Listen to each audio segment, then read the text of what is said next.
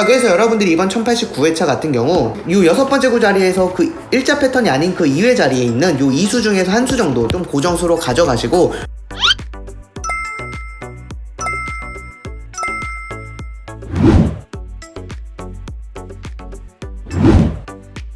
이번 1090회차 때는 여러분들이 여기 중에서 우리나라 당번이 나올 가능성이 높다라고 좀 분석에 잘 활용해 주시면 좋을 것 같다라고 생각하고요.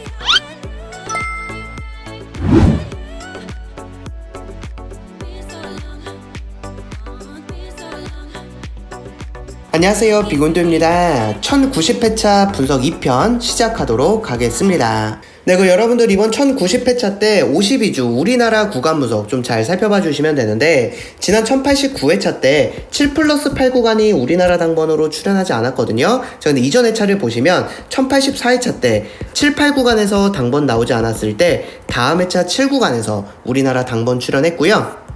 또 보시면 1075회차 때도 7+8 구간에서 당번 나오지 않았을 때 다음 회차 7 구간에서 나왔고, 1071회차 때도 7, 8 구간에서 나오지 않았을 때 7 구간과 8 구간에서 당번이 출연했어요. 자, 1059회차 같은 경우도 7, 8 구간에서 당번 나오지 않았을 때 다음 회차 7 구간에서 당번 출연했고요. 그리고 1031회차 때도 7, 8 구간에서 나오지 않았을 때 7 구간, 7, 8 구간에서 나오지 않았을 때 7, 8 구간, 1024회차 때도 7, 8 구간에서 나오지 않았을 때 7 구간에서 이렇게 당번이 출연했습니다. 자, 그래서 여러분들이 살펴보시게 되면 우리나라 52주 구간 분석 같은 경우 7+8 구간이 우리나라 당번 나오지 않으면 다음 회차 7 구간이 우리나라 고정수 구간으로 1출에서 많게는 2출까지 나올 가능성이 높다라고 좀 봐주시면 됩니다. 자, 그래서 이번 1090회차 때 여러분들이 여기는 7구간에서 우리나라 당번 챙겨가 주시면 될 것 같고요. 여기는 4나 11이나 20이나 31이나 44 중에서 제외수 제거하고 남은 수를 가져가시거나 강하게 생각하는 고정수 겹치는 것들 한두 수 정도 좀 고정수로 이번 1090회차 때 여러분들이 좀 분석에 잘 참고해 주시면 좋을 것 같아요. 자, 그리고 이제 비고잉또가 네이버 카페 통해서 좀 강하게 매회차 이제 패턴 분석이라는 걸 좀 심층적으로 좀 해드리고 있고요. 매 회차마다 우리가 가져가야 될 패턴 자료가 어떤 게 있는지를 좀 말씀을 좀 드리고 있는데, 자, 지난 1089회차 때 비고잉또가 어떤 분석을 해드렸냐면 바로 캐나다의 요 일자 패턴이었습니다. 즉 일자 패턴이 여섯 번째 구 자리에서 나타났을 때 우리가 어떻게 가져가면 되느냐를 말씀을 드렸는데요. 이전 회차인 1088회차 때 요렇게 여섯 번째 구 자리에서 일자 패턴이 나타났을 때 고정수 자리가 여기서 나왔고요. 자, 그리고 스위스 같은 경우도 1083회차 때 요렇게 일자 패턴이 나왔을 때 당번이 여기서 나왔고, 1062회차 같은 경우도 이렇게 일자 패턴이 나왔을 때 고정수 자리가 여기서 우리나라 당번이 나왔습니다.